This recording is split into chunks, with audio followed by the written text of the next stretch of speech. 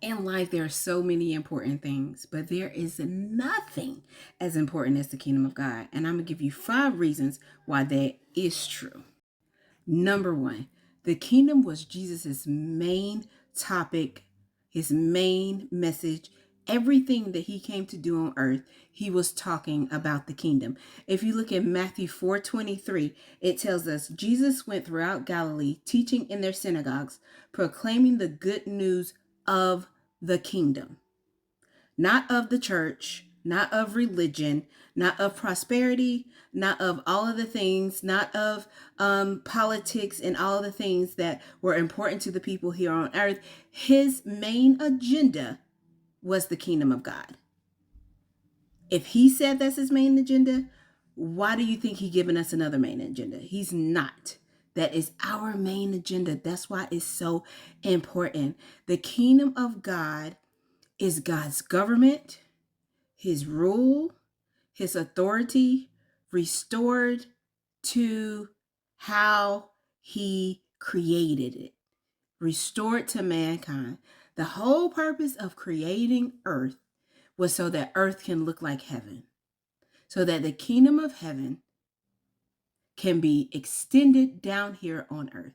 That was the whole purpose of God's creation.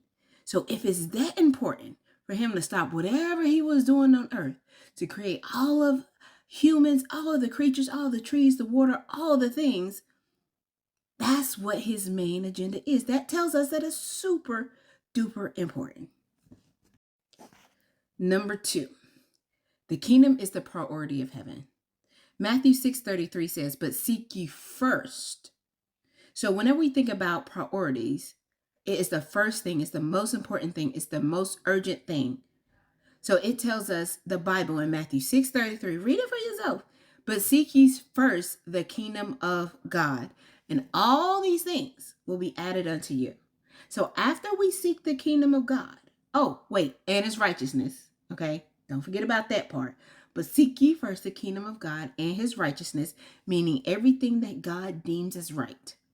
Seek those 2 things first, the kingdom and his righteousness, and everything else will be added unto you. That's why we get the verse, do not worry, do not be concerned, he's telling us to pray. He's telling us to come and have a conversation with the king instead of worrying about these things here on earth. He says, why wouldn't I clothe you if I clothe the lilies in the valley? Why wouldn't I feed you if I'm feeding all these creatures? And you are created in my image? We are worried about the wrong thing. We are focused on the wrong thing. If we seek first the kingdom and his righteousness, God's righteousness, what he deems is right, then everything else, prosperity, money, and let me tell you something. He's only going to pay for what he ordered, okay? So just because you see these people out here being millionaires and billionaires and all having all these things, right? He's only going to pay for what he ordered. So if he's not ordering, even if it sounds good, even if it's an amazing nonprofit, if he did not assign you to do that, he is not obligated to pay for that. He's not. So he's not obligated to give you the funding for that. He's not obligated to move people on earth to give you money for that. But if he assigned it, best believe that people will be chasing you down. Money will be chasing you down. You don't have to beg. You don't have to plead. You don't have to stand on a corner. You don't have to sell your soul. You don't have to sell your morals and your character. You don't have to become somebody else. You can be your authentic self because that's how he designed it. But seek ye first, though. What? Let's say it together. The kingdom and his righteousness. And it's in Matthew 6:33. Number 3, the kingdom restores identity. Humanity was created to rule. That's why he created us. Let's go to Genesis 1:26. I got my Bible right here. Let's go. And you can pause and pull your Bible out too, because I don't want you to take my word for it, because that's how we get so many confusing things going on. I want you to dig in the word for yourself. So not Matthew, honey. Genesis 1, Genesis 1, verse 26. Then God said, let us make mankind in our image, in our likeness. Okay, so how are we being made? In the image of God and in the likeness of God. And then why did he make us?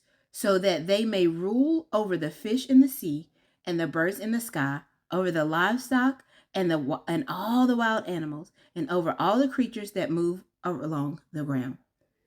So, how he made us? In his image and in his likeness. Why did he make us? So that we can rule over everything, so that we can have dominion over everything. You cannot function properly without the proper identity. So if you're just out here trying to do things all willy-nilly and you don't know who you are, you don't know how you created, you don't know why you were created, you don't know you don't understand God, like how can you be excited about being made in an image of God if you don't really know what his image looks like? Right? So how can you feel like you can have dominion over the earth and those things? It's so funny because when I was learning about this a long time ago, I don't like spiders. I don't like spiders. So I would go around, when I see the spider, I would be like, I have dominion, I have dominion, I have dominion. Because I don't like them. I don't like them. But the honest to God truth is that we have dominion over everything. Okay? Over everything. That's why we were created, to have dominion, okay? To rule, okay? God is all about government and structure. That's what he's all about. We make him all about fuzziness and feelings, but that's not what he's about. He's about governmental structure, and that's what the kingdom of God is. Number 4, the kingdom changes how you make decisions. Kingdom alignment removes confusion. It removes it. So, knowing the principles and learning the principles of the kingdom of God will let you know what you should be focused on, because it'll give you your assignment. And when you know your assignment, you know exactly the straight and narrow path to take. You don't veer to the right. You don't veer to the left. You don't have questions about what you should do now, because God gives you a vision and you work towards that vision. Okay? And so Romans 14:17 says, for the kingdom of God is not a matter of eating and drinking, but of righteousness, peace, and joy in the Holy Spirit. Because anyone who serves Christ in this way is pleasing to God. Okay? So, for the kingdom of God is not a matter of eating and drinking. So what that is talking about, because a lot of times the Sadducees and Pharisees back in the day, and all the people that were in the synagogues, like the leaders of the synagogues, they were always talking about, oh, he doing this and who he doing that. And the funny part about it, or the crazy part about it, is they worried about what people was doing, but they wasn't worried about people's hearts. They weren't worried about people's intentions. Okay? Yeah, you follow the rules and regulations. However, you have to look at the heart too. Just because I follow rules and regulations doesn't mean that my heart is pure. And that's what God was telling us there. Also, if you go to Proverbs 3:5-6, it says, trust in the Lord with all your heart and lean not on your own understanding. In all your ways, submit to him, and he will make your path straight. So we try to make things so complicated, but when we follow the kingdom of God, he instructs us on what to do, what to say, how to say it. Because if you think about it, if you ever learn about kingdom structure, it's not a democracy. We don't get to vote. We don't get to put our say in.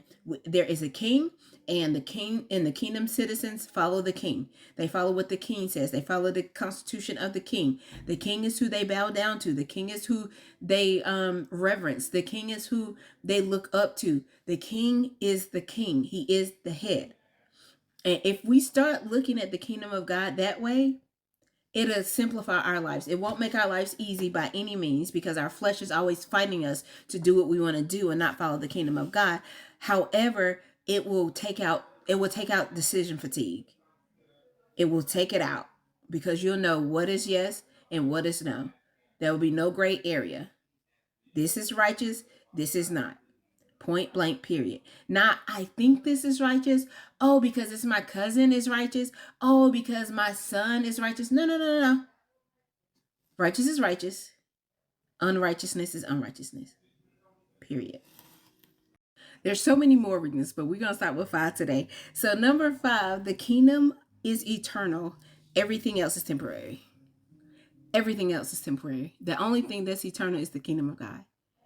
Your good times temporary. And that's why God tells us that for every everything there is a season. That means nothing stays eternal but the kingdom of God. You're not always going to be happy. You're not always going to be sad. You're not always going to be this. You're not always going to be that.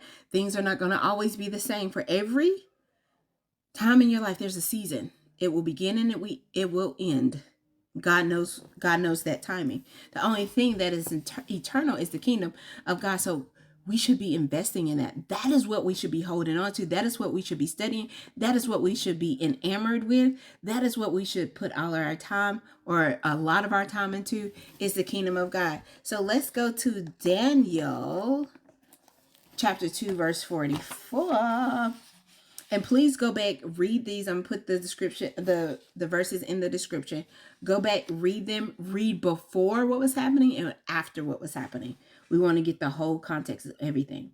So in the time of those kings, the God of heaven will set up a kingdom that will never be destroyed, nor will it be left to another people. It will crush all those kingdoms and bring them to an end, but it will itself endure forever. Let me give you a little bit about backdrop. The reason why people did not believe Jesus was who he was because they thought that he was going to come and overturn the kings that were on earth.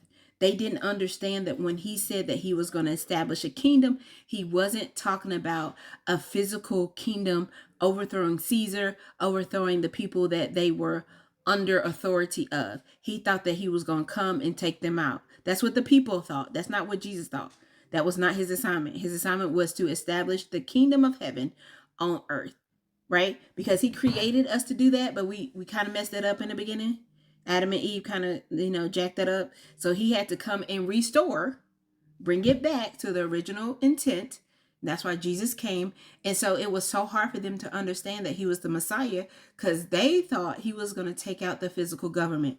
And that's not what Jesus came and did. He was a carpenter. That's what he was. He wasn't a guy, a warrior. He wasn't in the military. He wasn't any of that. So they kind of overlooked him as the Messiah. And that's where they got a little confused, because what they thought he was coming to do, that's not what he came to do. They interpreted that whole thing wrong. And that's why a lot of people rejected Jesus as the Messiah, because he didn't come and do what they thought he should come and do. Does that sound familiar? I'm just saying. One more Hebrew, or for today anyway, Hebrews 12 and 28. Hebrews 12 and 28. Therefore, since we are receiving a kingdom that cannot be shaken, let us be thankful and so worship God acceptably with reverence and awe. Y'all, all the kings that came before, all of the gods that were before, all the kings that came before died. They faded off. We are not going to have the same king here on earth.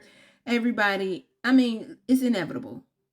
Everybody has a day that they were born, and everybody's going to have a day that they're going to die. It's inevitable. You can't fight that, right? That's how God created it. That's how it's going to be. So everybody's going to leave this earth at some point in time. However, God is the only eternal. God's kingdom is the only thing that cannot be shaken. It doesn't have a death date. It doesn't have a birth date. It doesn't have a death date. It's eternal. So why wouldn't we celebrate that? Why wouldn't we celebrate that we're a part of that? That's so exciting. No other God is a living God. People have their idols. People have their things that they worship, but none of it is living. God is the only true and living God. And so when we think about all those things, it just puts me in awe. Like, I am mind blown. And I'm so humbled to be a part of the kingdom of God. I'm so humbled that I have a choice to do that. And you have the same choice as well. And so I just want to come to you with this series. If you like this is just the foundation. This is the basics. We're going to be going deeper into the kingdom of God. I want to share this with as many people as possible. So if you're liking it, go ahead and subscribe. Go ahead and put your notifications on, because we out here. We are out here, and we're ready, and we're doing the doggone thing. And I'm so excited that you're here doing it with me. Remember, in a world full of chaos, always focus on the good. And we're learning that the kingdom of God is all the good that can ever be expressed. All right. So until next time, I see y'all tomorrow. And we'll toodles.